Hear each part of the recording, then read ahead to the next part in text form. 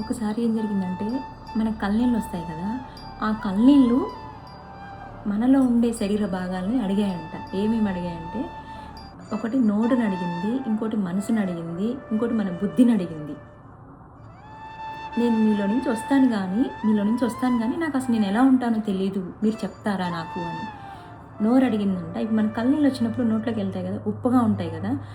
So, నోరు చెప్పింది ఉప్పగా ఉంటాయని. మనసు చెప్పింది నువ్వు వస్తున్నప్పుడు నా గుండెంతా గాబరగా ఏదో ఆందోళనగా ఉంటది, భారంగా ఉంటదని చెప్పిందంట. బుద్ధి చెప్పింది అంటే నాకు అసహ్యంగా అనిపిస్తది. నువ్వు ఏడ్చినప్పుడు ఎగతాళిగా అనిపిస్తది. అంటే నలుగురు చూసినప్పుడు కూడా అలాగే చెప్తదనమాట. సో, మనలో ఉంచి వచ్చే కన్నీళ్ళే కదా! మన శరీర భాగాలకి మనలో ఉండే వచ్చే కన్నీళ్ళు మన శరీర భాగాలకి డిఫరెంట్ ఫీలింగ్స్ ఉన్నాయన్నమాట.